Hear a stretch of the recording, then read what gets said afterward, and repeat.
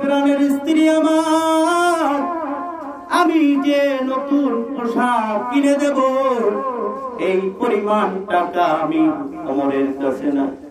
ও প্রাণের স্বামী, নতুন পোশাক কিনে দেওয়ার জন্য যে অর্থ, যে টাকার প্রয়োজন, সেটা আমি ওমরের কাছে না। খলিফাতুল মুসলিমিন হযরত ওমর ফারুক রাদিয়াল্লাহু তাআলা আমিরুল মুমিনিন অর্ধ জাহানের খলিফা ছিলেন, অর্ধ জাহানের বাদশা ছিলেন হযরত ওমর ফারুক রাদিয়াল্লাহু তাআলা। আর ওই সময় রোজা আমাদের ভিতরে আসছে মানুষকে মুত্তাকি বানানোর জন্য। রোজা মানুষকে মুত্তাকি বানাইতে শেখায়, পরেশগারিতা অবলম্বন করতে শেখায়। তাহলে আমাদের মনে রাখতে হবে আমরাও তো পরেশগার। আবার ওমর ফারুক রাদিয়াল্লাহু তাআলা তিনিও কিন্তু পরেশগার ছিলেন। আমরাও পরেশগার দাবি করি, আবার তিনারাও পরেশগার ছিলেন। ওমর ফারুক রাদিয়াল্লাহু তাআলা আনহুর স্ত্রী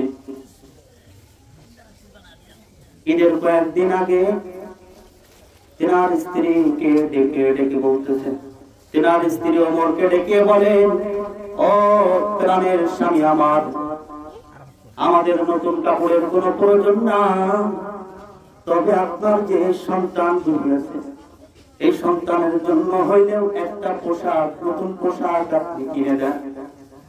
ওমর ডাক দিয়ে বলে, রে প্রাণের স্ত্রী আমার, আমি যে নতুন পোশাক কিনে দেব এই পরিমাণ টাকা আমি ওমরের কাছে না। ও প্রাণের স্বামী, নতুন পোশাক কিনে দেওয়ার জন্য যে অর্থ, যে টাকার প্রয়োজন, সেটা আমি ওমরের কাছে না। খলিফাতুল মুসলিমিন হযরত ওমর ফারুক রাদিয়াল্লাহু তাআলা আমিরুল মুমিনিন অর্ধ জাহানের খলিফা ছিলেন, অর্ধ জাহানের বাদশা ছিলেন হযরত ওমর ফারুক রাদিয়াল্লাহু তাআলা। আর ওই সময় ওইখানে ছিল উবাইদা নামে একজন খাদ্যমন্ত্রী। ওই উবাইদার কাছে ওমর ফারুক রাদিয়াল্লাহু তাআলা চিঠি লিখে দিলেন, ও উবাইদা, তুমি আমার 1 মাসের টাকা অগ্রিম তুমি আমাকে দিয়ে দাও, আমার সন্তানের জন্য নতুন পোশাক কিনবো, তুমি অগ্রিম আমাকে 1 মাসের টাকা দিয়ে দাও। ওমরের উবাইদার কাছে ওমর চিঠি লিখলেন।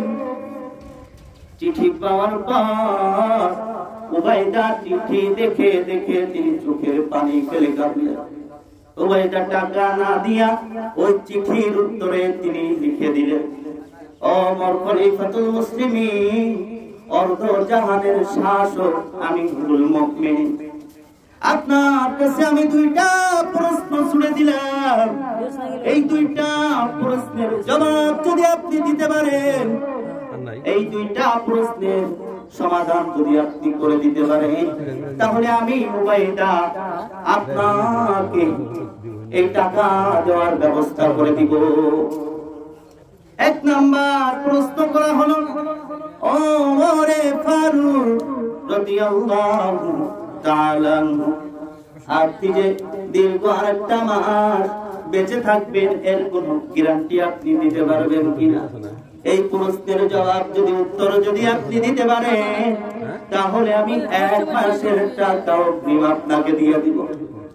2 নাম্বার প্রশ্ন, ও খলিফাতুল মুসলিমিন, এই দেশের ভিতরে আপনাকে খলিফা হিসেবে নির্বাচিত করে রাখবে আগামী 1 বছর বা আগামী 1 মাস, এর যদি আপনি গ্যারান্টি দিতে পারেন তাহলে আমি উবাইদা আপনার 1 মাসের বেতনের টাকা অগ্রিম দিয়া দিব।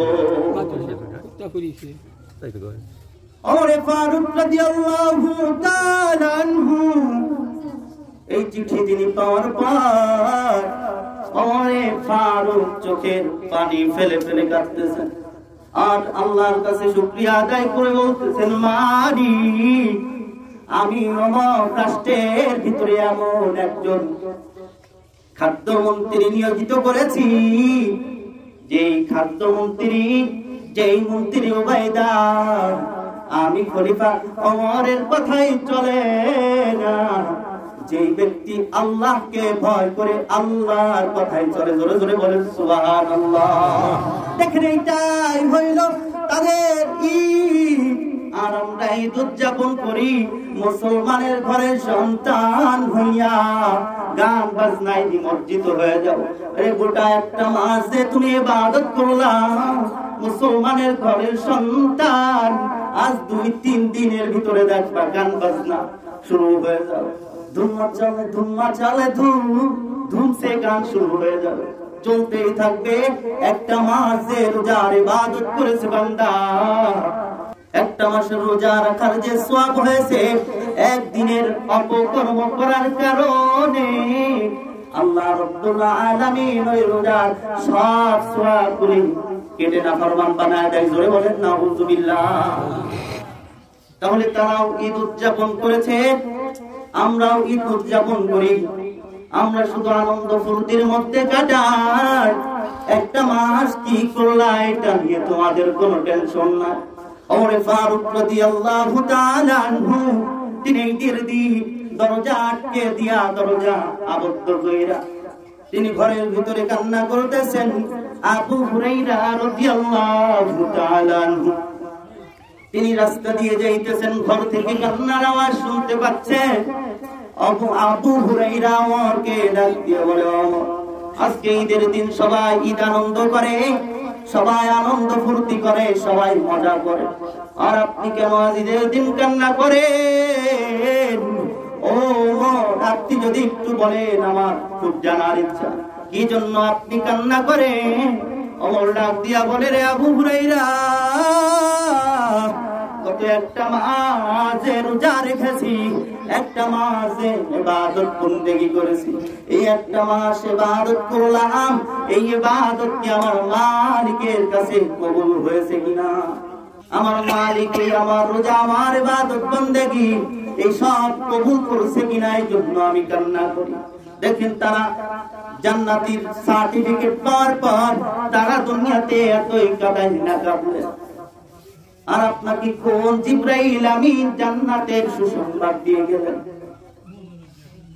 কোন জিবরাইল জান্নাতের সুসংবাদ দিলেন? যাও আনন্দ ফুর্তি করো, রোজা রাখো নাই তো কি হয়েছে? আল্লাহ তাআলা তোমার গুনাহ মাফ করে দিয়েছে। কোন জিবরাইল বলে গেছে?